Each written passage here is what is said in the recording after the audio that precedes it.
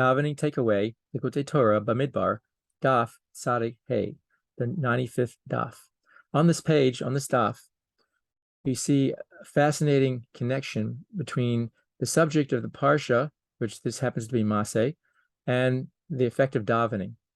That we know, and is mentioned in previous times, that the Maimarim here talking about the journeys of the Bnei Israel through the desert, which is a paradigm through for our journeys now, is through the number 42. There are 42 journeys, and this number 42 represents Aliyah, represents going up, because the main thing of what the Jewish people did through the desert, through all the journeys, is to elevate the world around them.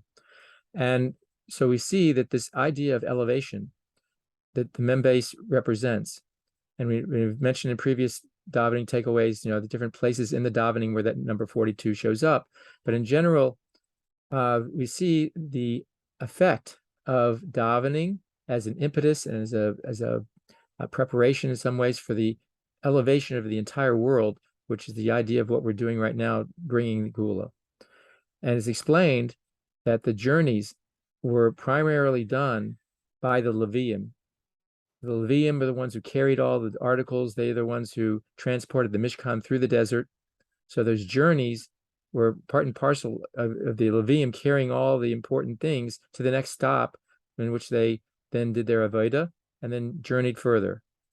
And this effort through the Leviim, it's explained in many places that the concept of Levi in Ruchnius represents a level of gevura, of strength and of discipline.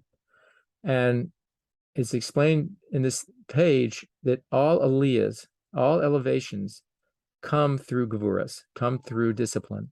And we can see this actually in the world around us, that all the ones, everyone who's very high performing, the athletes and those in business and whatnot, they have a very strong discipline ethic or everywhere in their life, that they are very careful of what they do when they do it. And that then brings out that idea of gevura, brings out the best in them in whatever it is that they're working on. And so too, gevuras then in general allow for aliyah. But the Leviim can't do that transportation directly. They needed a preparation, and that preparation was done by the Kohanim. Kohanim represent drawing down. The Kohanim had to package up all the holy things in their containers so that the Leviim could then carry them. The Kohanim, it says in the Mimer also, as a preparation for the journeys, this elevation of the world around them, the Kohanim offered the Tamidim every day. And that was a preparation for the journeys themselves. And as we know, that the Tamidim, the carbon Tamid, was a daily offering in the morning and the evening. And the davening that we do represents those continual offerings.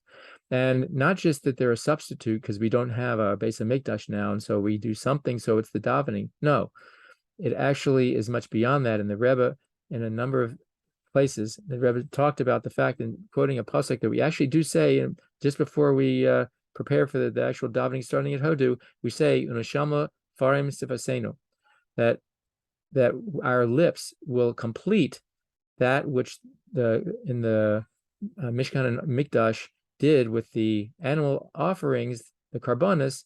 Our lips through davening actually complete that job. So our davening now actually is part and parcel of this whole effort of bringing about the Geula, elevating the world, making the dir b'tachtenim. And we see that this effort then through our davening sets the pace for the world around us, that when we have a successful davening, we can then look around and deal with the world in a channeled way, such that the world now becomes a godly place. And that's where the gevuras come from, or play into.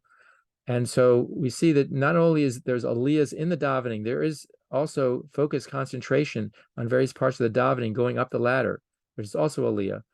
But that then allows us the proper perspective, the proper inspiration, that now we can apply ourselves in the right way, view the world in the correct way, channel those energies, and allow the world to then get its elevation and bring the Geula.